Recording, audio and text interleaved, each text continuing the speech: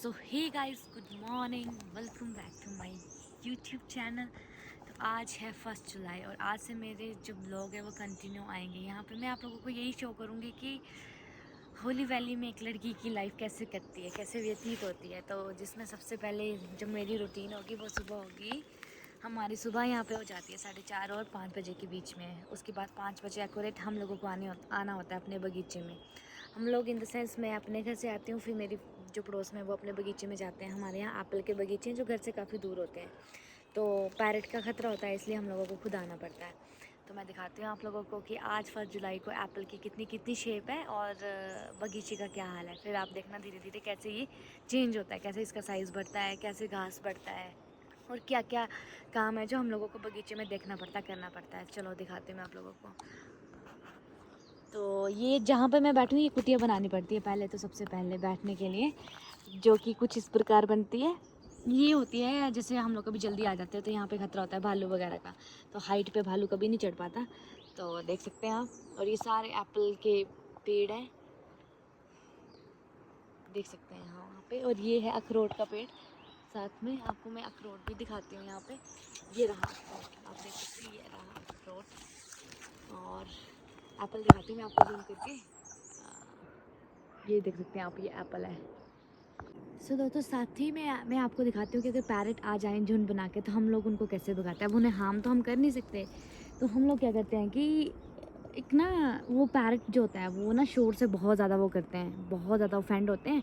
और मतलब वो तभी भागते हैं अगर हम लोग शोर करेंगे। अब मैं अकेली कितना की शोर कर पाऊँगी।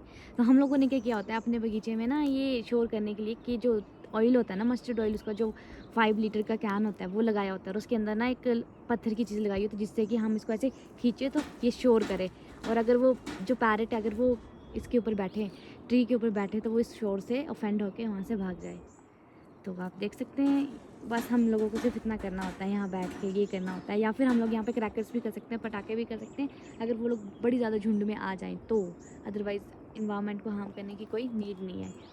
और थोड़ी देर में धूप आने वाली है और मैं यहाँ पे रुकती हूँ 9:30 बजे के आसपास, सुबह 5 बजे से 9:30 बजे के आसपास। ये तो हमारा एक बगीचा है। मैं आप लोगों को, हमारे ना 3 बगीचे हैं, तो आज मैंने आपको एक दिखाया, वो भी पूरा नहीं दिखाया, मैं पूरा दिखाऊंगी आपको थोड़ी देर में। फिर उसके बाद मैं आपको नीचे लेके जाऊँगी। दोस्तों, सबसे पहले तो आप ये वो टपरी देखो जहाँ पर मैं बैठी हुई थी। ये है इस लेवल पे बनाई हुई है, मतलब यहाँ पे रेस्ट कर सकते हैं, पढ़ने का मटेरियल आए तो हम लोग बुक रीड कर सकते हैं। और मतलब हम लोग यहाँ पे बैठ के कुछ भी कर सकते हैं, कुछ भी। ये नहीं कि हम लोग अगर यहाँ पे आ रहे हैं तो सिर्फ हम इसी के हो जाए, नहीं, हम अपना भी साइड बाय साइड कुछ ना कुछ पढ़ सकते हैं, कुछ भी कर सकते हैं। तो हमारा बगीचा स्टार्ट होता है वो नीचे से, वहाँ नीचे से स्टार्ट होता है। और ये आई गेस यहाँ पे मैंने कभी काउंट तो किए नहीं, मैंने पापा से पूछा कि कितने, पर चलो आइडिया तो हो ही जाएगा हल्का हल्का। मैं आपको दिखाती हूँ। तो जब भी हम लोगों का एप्पल सीज़न होता है तो सबसे पहला काम होता है हमारा, ये जो घास है ना, सेम घास यहाँ पे लगा होता है, इस घास को साफ़ करना और ये पैच बनाने। पैच इसलिए बनाने क्योंकि पेड़ों को जो है वो पानी की सप्लाई अच्छे से जाए, तो ये पैच बनता है। तो यहाँ पे जब पानी भर दिया जाता है शाम को, तो मतलब ये अच्छे से, मतलब ना, हम लोगों को जो फ्रूट के अंदर जो जूसी होता है ना, वो इस वजह से बन पाता है, अगर हम इसकी सफाई रखेंगे और इसमें पानी देंगे तो अब हम चलते हैं दूसरी की तरफ। ये रहा, ये जो सेब है इसको रॉयल बोलते हैं, रिच रेड इसका जो नाम है वो रिच रेड है।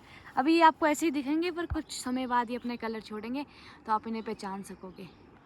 जो मेरा फेवरेट है, जो पर्सनली मुझे बहुत पसंद है, वो ये वाला है, ये वाला, ये है गोल्डन एप्पल। और सबसे ज़्यादा खतरा जो होता है ना पैरेट का, वो इन्हीं एप्पल्स पे होता है। और सबसे ज़्यादा जो मतलब केयर की नीड होती है वो इन्हीं एप्पल्स को होती है। इन्हीं एप्पल्स को देख सकते हैं। अगर ये जो एप्पल है ना, ये ज़रा सा नीचे भी गिर जाए ना, नीचे भी गिर जाए तो ये ख़राब हो जाता है, फिर ये ना बॉक्स में डालने के काबिल नहीं रहता है। और ये जो एप्पल है, इनका जो टेस्ट है वो थोड़ा इटालियन एप्पल्स की तरह होता है। जो, हाँ, मैं आप लोगों को इटालियन एप्पल भी दिखाऊंगी जो हमने अपने लिए लगाया, पर्सनल, सिर्फ अपने खाने के लिए लगाया है। क्योंकि उसमें क्या होता है ना कि वो सिर्फ और सिर्फ 5 से 6 साल तक फल देता है, वो जो ट्री होता है। सिमिलरली आप देख सकते हैं, यहाँ आप लोगों ने देखा होगा, ये हमने पेड़ के साइड में ये वुड का यूज़ किया है। ये इसलिए यूज़ किया है क्योंकि एक ही डाली पे कभी कभार क्या होता है कि बहुत ज़्यादा एप्पल लगे होते हैं, जैसे कि ये। तो वो जब उनका भार आता है तो वो नीचे नीचे की तरफ को खींचता है, नीचे की तरफ को खींचेगा तो टहनी टूट जाएगी और हमें लॉस हो जाएगा। इसलिए हम लोगों ने इनको सपोर्ट देने के लिए ऐसे लगाए होते हैं वुड के। और आपको दिखाती हूँ मैं। धीरे धीरे हम आगे बढ़ते हैं।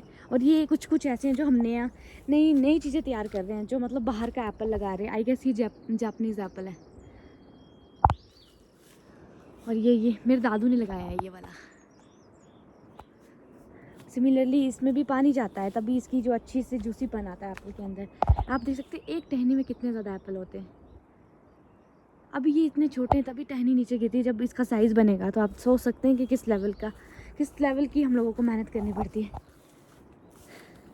और ये मेरे दादू ने बनाया था पानी के लिए, क्योंकि पहले यहाँ पे डायरेक्ट पानी नहीं आता था, तो हम लोग टैंक्स से बगीचे को पानी देते थे। पर अब हम लोगों को डायरेक्ट सप्लाई मिल गई गवर्नमेंट के थ्रू, तो इसका कोई काम नहीं रहा है। ये सारा बहुत बड़ा बगीचा दोस्तों, मुझे नहीं लगता मैं आप लोगों को दिखा पाऊँगी पूरा, पर हाँ जहाँ तक मैं रीच करूँगी वहाँ तक आपको दिखा दूँगी।